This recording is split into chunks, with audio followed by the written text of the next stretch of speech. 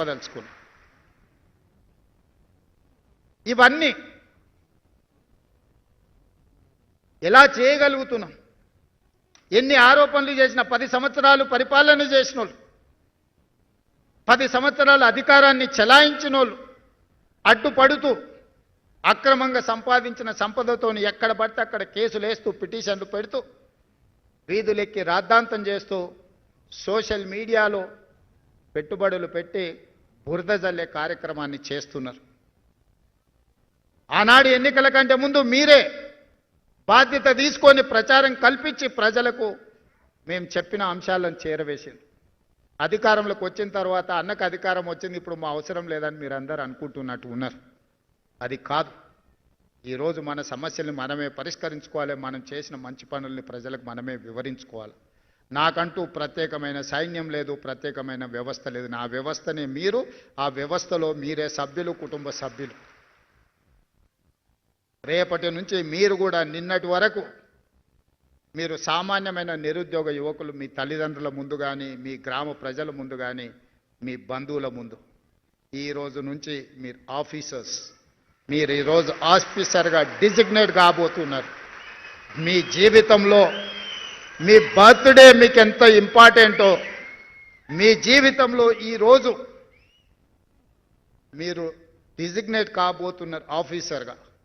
ఈరోజు మీకు అందించబోయే నియామక పత్రం ప్రభుత్వ ఉద్యోగం కాదు, ఇదొక భావోద్వేగం. ఈ భావోద్వేగం తెలంగాణ పునర్నిర్మాణ భవిష్యత్తును 2047 తెలంగాణ రైజింగ్ విజన్ డాక్యుమెంట్ను మీరు ముందుకు నడిపించడానికి ఈరోజు ఈ బాధ్యతను నియామక పత్రము ద్వారా మీ చేతుల్లో పెడుతున్న, దీన్ని భద్రంగా కాపాడి 2047కి దేశంలోనే $3 ట్రిలియన్ ఎకానమీగా ఈ తెలంగాణను తీర్చిదిద్దే బాధ్యత మీది. ఆనాడు నేను అధికారంలో ఉంటానో ఉండనో నాకు తెలియదు, కానీ మీరందరూ ఆనాడు అధికారంలో అధికారులుగా ఉంటారు. మీదే బాధ్యత తెలంగాణ రైజింగ్ 2047 విజన్ డాక్యుమెంట్ని ఈరోజు నిలబెట్టి ఆనాటికి కాపాడి $3 ట్రిలియన్ ఎకానమీగా ఈ తెలంగాణ రాష్ట్రాన్ని అభివృద్ధి చేసే బాధ్యత మీది. ఈరోజు మీకు ఇచ్చే బాధ్యత, ఈరోజు మీకు ఇచ్చే నియామక పత్రము, ఇది తెలంగాణ యొక్క బాధ్యతను మీకు అప్పజెప్తున్నాం. ఇది గాజు అద్దం లాంటిది, మీరు కింద పడేస్తే పగిలిపోతుంది.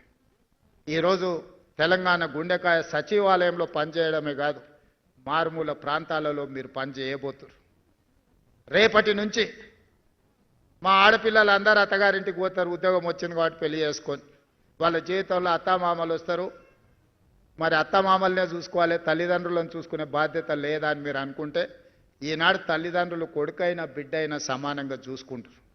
మా ఆడపిల్లలందరికీ నేను సూచన చేస్తున్నా, మీరు అత్తగారింటికి వెళ్ళిన అమ్మ నాయనను మంచిగా చూసుకోండి, మీరు బాధ్యతగా తీసుకోండి. ఇక మా సోదరులకు చెప్తున్న, కట్నాలు వస్తాయి, కార్లు వస్తాయి, అత్తమామ వస్తారు. ఇప్పటి వరకు నా అమ్మ నాయననేమో చేదవుతారు, కొత్తగా వచ్చిన అత్త మామనేమో తీపి అవుతారు. నేను చాలా మందిని చూస్తున్నా. అత్త మామను మంచిగా చూసుకోవద్దని నేను అనను, మీ కట్టుకున్న సతీమణితోని మీరు బాగుండొద్దని నేను చెప్పను.